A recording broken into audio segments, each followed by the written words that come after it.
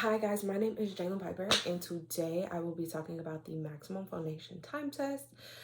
So a little bit about the test.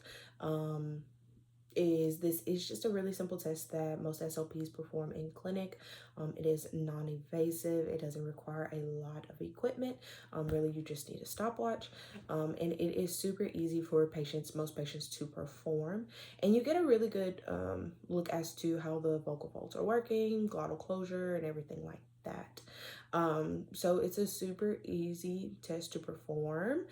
Basically, what you will have the patient do is to hold a sound for as long as they humanly possibly can, and have them hold on to it in the correct pitch, or not correct pitch, but a pitch that they feel comfortable with.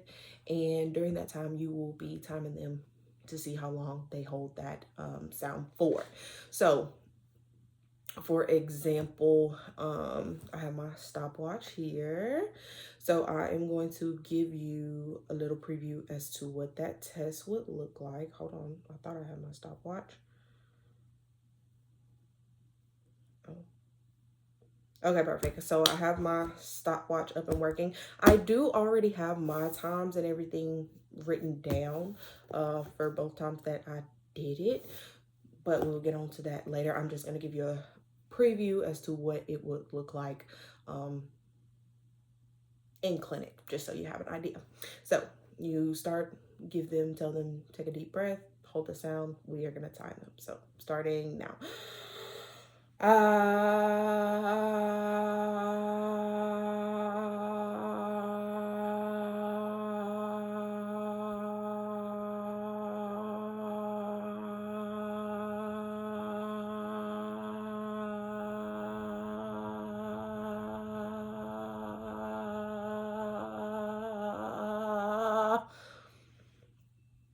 Okay, so this is absolutely insane, but this is probably the highest time that I've had thus far, which is crazy. But that time was 20.2 or 20.02. So basically, you will have you will write down that first time. You will have the client do it again. Have them again take a deep breath.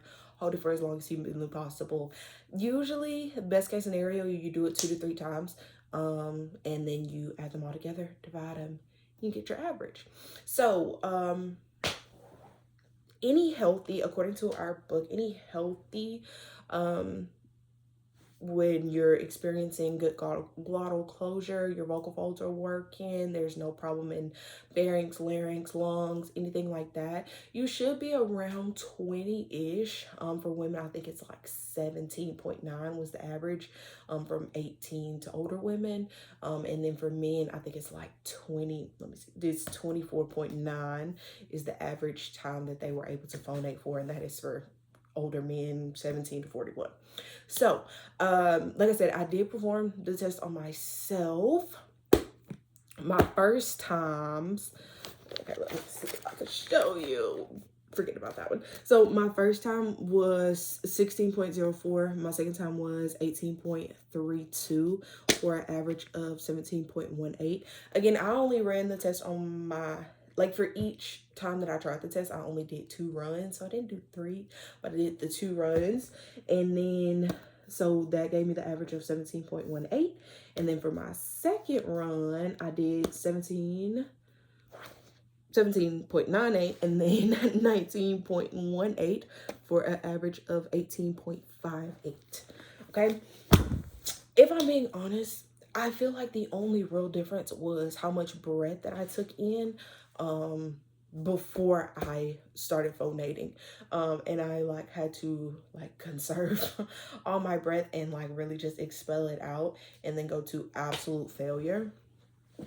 So I feel like that was the really only noticeable difference that I saw. I didn't really change the pitch of the sound that I made that much, if at all.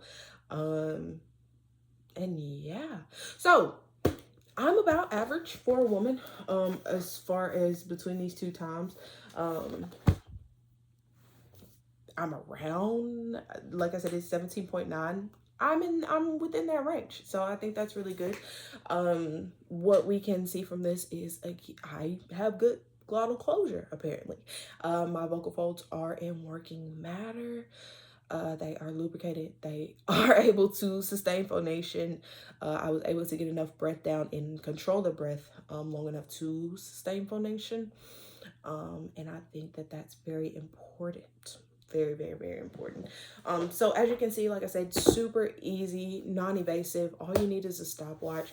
I think that's why a lot of SLPs really like to perform this test, because you do get just basic information from the test, but you can see how if there was any breakage in my voice, if I wasn't able to hold on to the sound that long, if you could hear, like if I ran out of breath really, really fast, or if it was super duper nasally, or anything like that. Like if there was any problem with the phonation of the sound or anything like that, you will be able to kind of pinpoint where the problem is, whether it be like a lung problem or a vocal fold problem or a peer problem. You will be able to tell that just by, again, the time, but also listening to the voice and listening to the sound that's being produced. Like I said, so you don't have to have any extra technology or anything that goes in the mouth to view the vocal folds or get the glottal closure or anything like that. Super non-invasive. And honestly, like I said, you really get a good background of what the vocal folds are doing and how that person's voice performs for a long amount of time. So, yeah, that was my test. Thanks so much for watching.